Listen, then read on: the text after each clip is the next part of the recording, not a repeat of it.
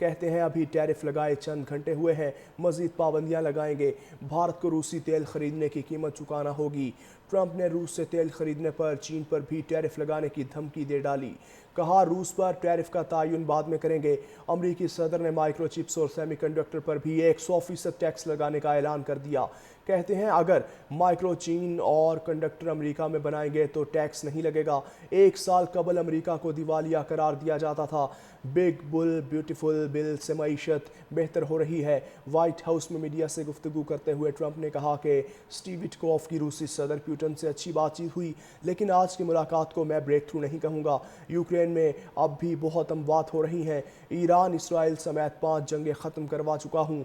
मजीद बोले हमने ईरान के जौहरी प्रोग्राम को मुकम्मल तौर पर तबाह कर दिया।